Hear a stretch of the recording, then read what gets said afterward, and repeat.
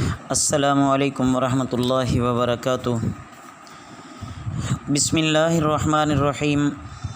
عزیز طلباء، تفسیر کے آج کے سبق میں ہم الا ان اولیاء اللہ لا خوف علیہم ولا هم یحزنون سے شروع کر رہے ہیں، توجہ کیجیے۔ اعوذ باللہ من الشیطان الرجیم، بسم اللہ الرحمن الرحیم۔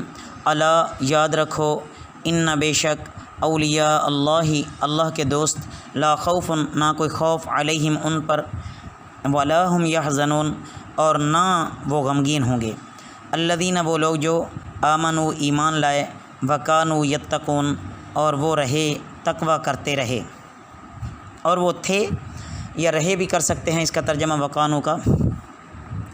لہم، ان کے لیے، البشرا، خوشخبری ہے، فی الحیات الدنیا، دنیا کی زندگی میں، وفی الآخرتی، اور آخرت میں، لا تبدیل، نہیں ہے تبدیلی، لکلمات اللہ، اللہ کی کلمات میں، ذالک، یہ، هو الفوز العظیم، یہ بہت بڑی کامیابی ہے، ولا یحزنک، اور نہ تمہیں غمگین کرے، قولہم، ان کی بات، ان العزت، بے شک عزت یا غلبہ، للہ، اللہ کے لیے ہے، جمیعاً، تمام، هو السمیع العلیم، وہ سننے والا ہے، جاننے والا ہے۔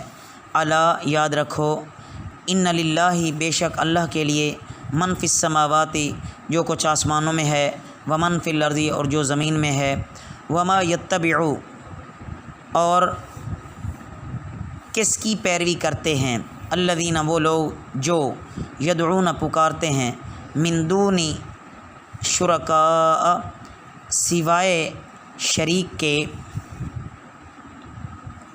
ان یتبعون، وہ نہیں پیروی کرتے، الا الظن، مگر گمان کی، وَإِنْ هُمْ إِلَّا يَخْرُصُونَ، اور نہیں وہ، الا مگر، یخرصون، اندازے سے باتیں کرتے۔ هُوَ الَّذِي، وہی اللہ ہے جو، جعل لکم، تمہارے لیے، اللیل، رات کو، لتسکنوا، بنایا تمہارے لیے رات کو، لتسکنوا الیہا، لتسکنوا فیہ، تاکہ تم سکون حاصل کرو، فیہ، اس میں، والنہار، اور دن، مبصراً، دکھانے والا، ان فی ذالک، بے شک اس میں، لآیات، البتہ نشانیاں ہیں، لقوم یسمعون، سننے والے لوگوں کے لیے۔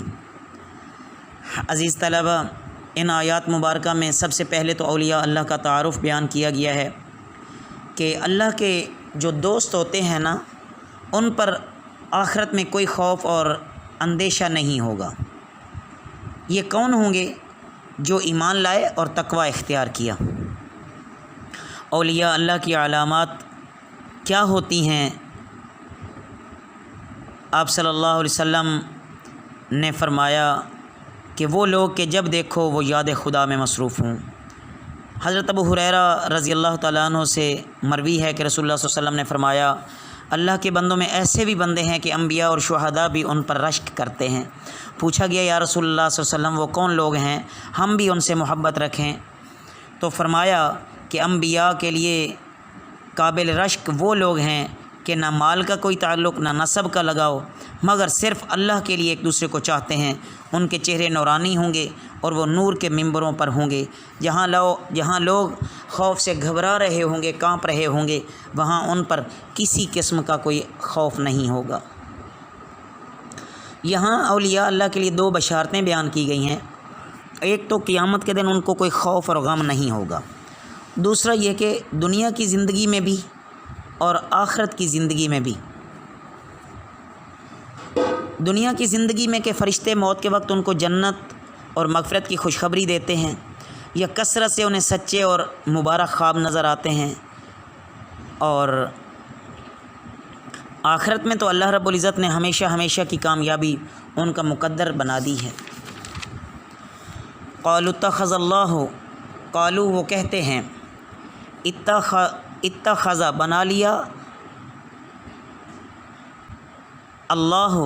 اللہ نے، ولدن، بیٹا، سبحانہ، وہ پاک ہے، هو الغنی، وہ بے نیاز ہے، لہ ما فی السماوات وما فی الارض، اسی کے لیے ہے جو کچھ آسمانوں میں ہے اور زمین میں ہے۔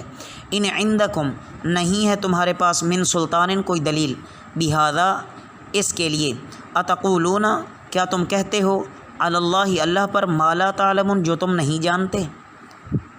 تو عزیز طلبہ یہاں مشرکین کے باطل عقائد کا رد کیا جا رہا ہے۔